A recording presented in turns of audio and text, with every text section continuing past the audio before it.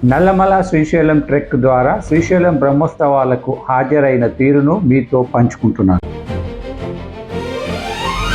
దీనిని వెంకటాపురం నుండి శ్రీశైలం ట్రెక్గా పిలుస్తారు. బైర్లూతిగూడెం నుండి శ్రీశైలం వరకు సాగే ఈ ట్రెక్ మొత్తం దూరం 40 కిలోమీటర్లు, సుమారు 800 మీటర్ల ఎలివేషన్ గెయిన్ ఉంటుంది.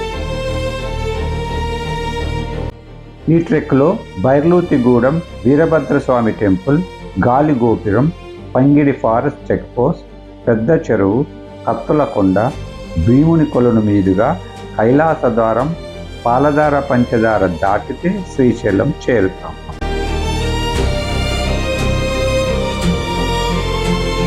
శివరాత్రి శ్రీశైలం బ్రహ్మోత్సవాలకు మరియు ఉగాది పండుగలకు మాత్రమే అటవీ శాఖ వారు ఈ మార్గం గుండా అనుమతిస్తారు. నేను కాల్కామ్ టీం వారి సౌజన్యంతో ఈ పాదయాత్ర చేసి మరపురాని అనుభూతిని పొందాను.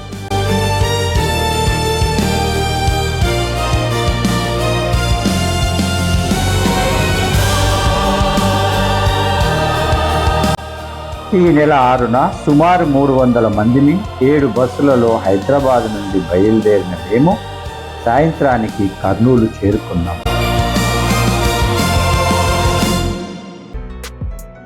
కర్నూలు చేరుకున్న మేము హోటల్ డివిఆర్ తదితర హోటళ్లలో చెక్ఇన్ అయ్యి రిఫ్రెష్మెంట్ తర్వాత కొండారెడ్డి బుద్ధుని వీక్షించడానికి బయలుదేరాము.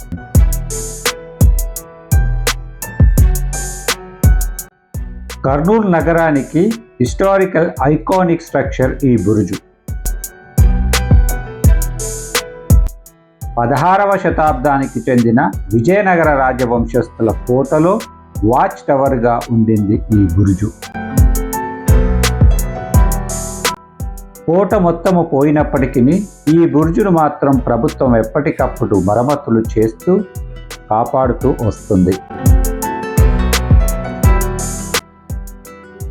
సాయంత్రం వేళ విద్యుత్ కాంతులలో ఈ బురుజు మరింత అద్భుతంగా కనిపించింది.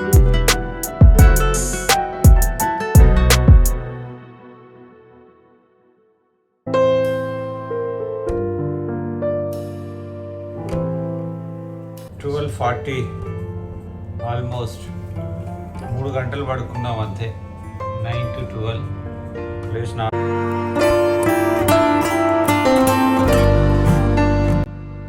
రాత్రి 8ంటికి భోజనం ముగించుకున్న మేము 3 గంటలు నిద్రించి రాత్రి 12ంటికి నిద్రలేచి రెడీ అయ్యి ట్రెక్ స్టార్టింగ్ పాయింట్కై బయలుదేరాం. కర్నూలు నుండి బస్సులో ప్రయాణమైన మేము 2 గంటలు ప్రయాణం చేసి బైర్లూతిగూడెం చేరుకున్నాం.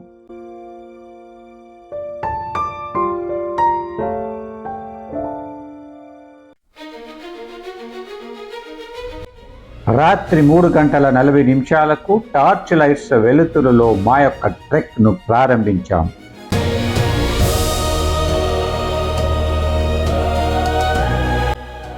దారి మధ్యలో వీరభద్రస్వామి ఆలయాన్ని సందర్శించాం.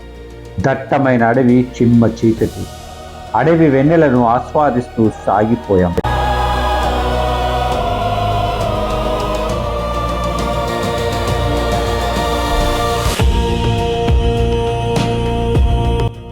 సూర్య భగవానుడు ఉదయించటముతో కారు చీకట్లు తొలగిపోయి అడవి అందాలు అగుపించసాగాయి. చల్లని చలితో ఇబ్బంది పడుతున్న మాకు వెచ్చని కిరణాలు ఒక కొత్త శక్తిని ఇవ్వసాగాయి.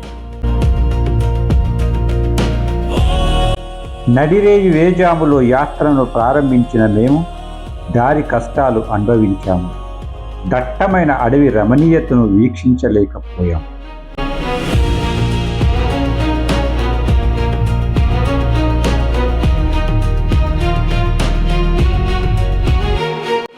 శివమాల ధారణ చేసిన భక్తులు ఈ మార్గం గుండా వేల సంఖ్యలో పాదయాత్ర చేసి శ్రీశైలం చేరుతారు. యాత్ర ప్రారంభ దశలో ఉండటం వలన శివస్వాముల సంఖ్య స్వల్పంగా కనిపించింది.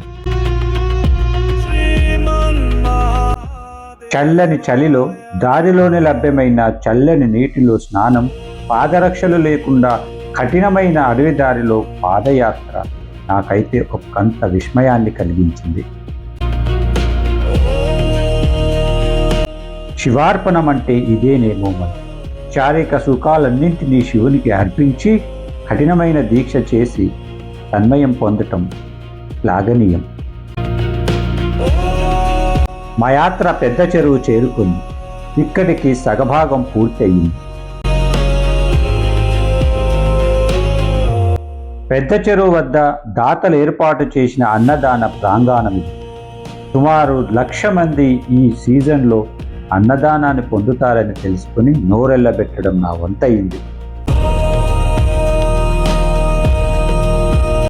ఈ పాదయాత్ర దారికి చారిత్రక స్వర్ణయుగ కాలం ఉండిందని నాకు అనిపించింది.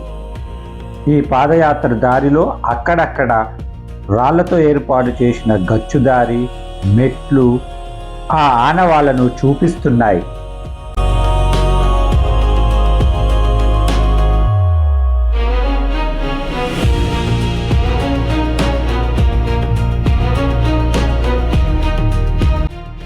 ఈ పాదయాత్ర దారిలో మాకెక్కడా కూడా జంతువులు అగుపించలేదు, కానీ కొన్ని రకాలైన అరుపులు వినిపించాయి.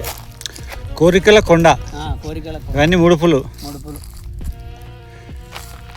ఎక్కడ మీ పేరేం పేరు? నా పేరు ఆనందరెడ్డి. ఆనందరెడ్డి గారు ఎల్బీ నగర్ నుంచి వచ్చారు. 8 ఏళ్ళ సంద వస్తున్నాడు. 20 ఏళ్ళ సంద వస్తున్నాడు. పిల్లలను కూడా తీసుకొస్తున్నాడు. ఇక్కడ అన్ని ముడుపులు కట్టుకుంటే కోరికలు కోరి తీరుతాయని నమ్మకం ఉందని చెప్తుండు. ఇక వీళ్ళేమో మా కేదార్, మా శాస్త్రి గారు నన్ను దమ్ పట్టిస్తారు.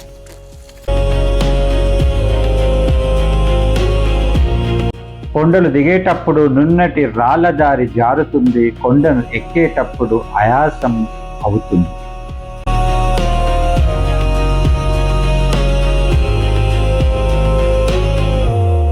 విశ్రాంతి లేకుండా యాత్రను కొనసాగిస్తున్న మేము మధ్యాహ్నానికి భీమునికుంట సమీపానికి చేరుకున్నాం. ఇక్కడి నుండి మేము చేరాల్సిన గమ్యం అగుపించటంతో మాలో ఆనందం వెల్లివిరిసింది. అదిగో కైలాస ద్వారం. ఈ కొండ దిగి భీమునికుంట దాటుతూ కఠినమైన 2 కిలోమీటర్ల ఆ కొండని ఎక్కితే కైలాసధారం చేరుకుంటాం. మా యాత్ర ముగుస్తుంది.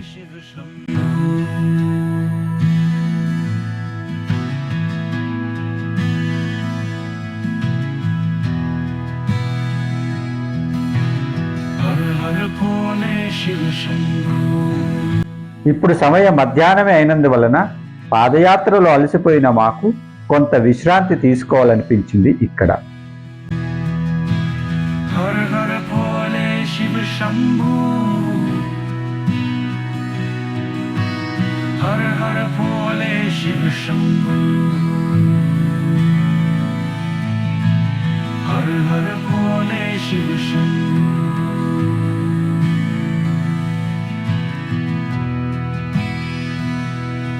जय शिव शंकर शिव शंभो.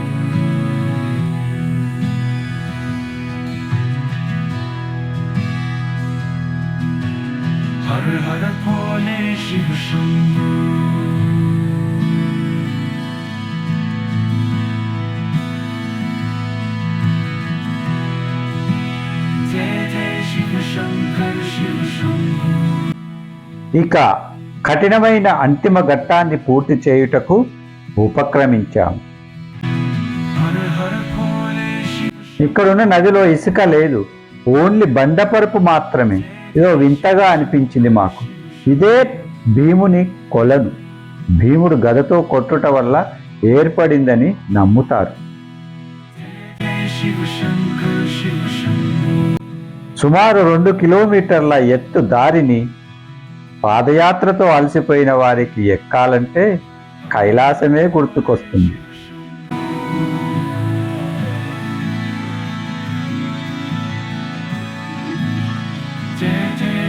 అందమైన ఈ కొండలు, ఈ నది లోయలు ఇప్పుడే ఇంత అబ్బురపరిస్తే వర్షాకాలంలో పచ్చదనంతో మరింత అబ్బురపరిచేవో. जय जय शिव शंकर शिव शंभो जय जय शिव ఇటు నుండి ప్రవహిస్తున్న ఒక నది ప్రవాహము ఇలా ప్రయాణించి అటు నుండి వస్తున్న మరో ప్రవాహము భీముని కొలను వద్ద కలిసి ఒక నదిగా మారి ఇలా ప్రయాణిస్తుంది.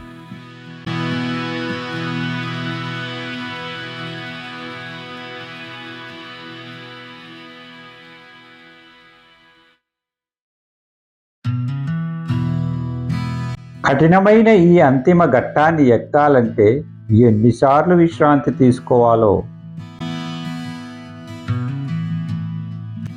శంభో శంకర, కైలాసదారాన్ని చేరుకొంటిమి.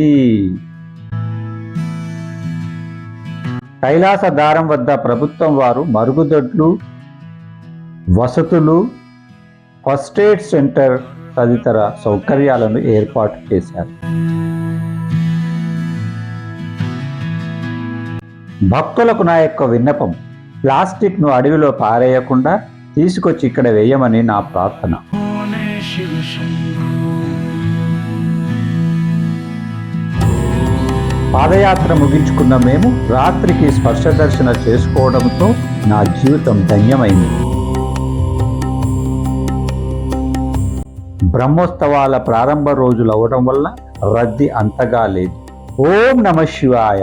ఇక్కడ నుండి శివుణ్ణి నమస్కరించుకోండి.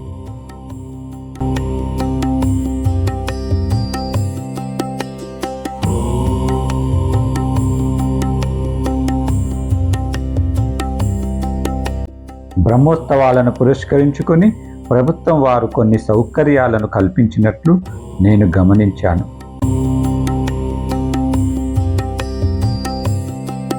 మరుసటి రోజు ఉదయం దేవాలయ పరిసర ప్రాంతాలలో తిరిగిన నేను భక్తి పరవశంతో పులకరించిపోయాను.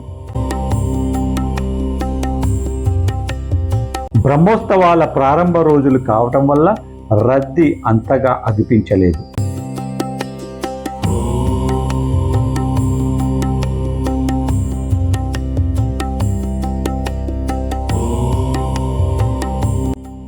శివరాత్రి మహోత్సవాలకు లక్షల్లో వచ్చే భక్తులకు తమ యొక్క వ్యాపార సేవలు అందించాలని ఇక్కడున్న వ్యాపారస్తులు పూర్తి స్టాక్స్తో ఎంతో ఆశతో ఉన్నారు. క్వాల్కామ్ ఎంప్లాయీస్ టీం 10 మందితో ప్రారంభించబడిన ఈ యాత్ర ఈ ఏడు 300 మందితో పూర్తి చేశారు. వారికి నేను కృతజ్ఞుడను. 12 జ్యోతిర్లింగాలలో ఒకటైన శ్రీశైల మల్లికార్జునుని, అదేవిధంగా తల్లి భ్రమరాంబికను నా యొక్క పాదయాత్ర ద్వారా క్వాల్కామ్ టీం సౌజన్యముతో సందర్శించుకొని నా యొక్క జీవితాన్ని ధన్యం చేసుకున్నాననిపిస్తుంది. ఈ వీడియో చూస్తున్న మీ అందరకు శ్రీ మల్లికార్జున దర్శన ప్రాప్తిరస్తు.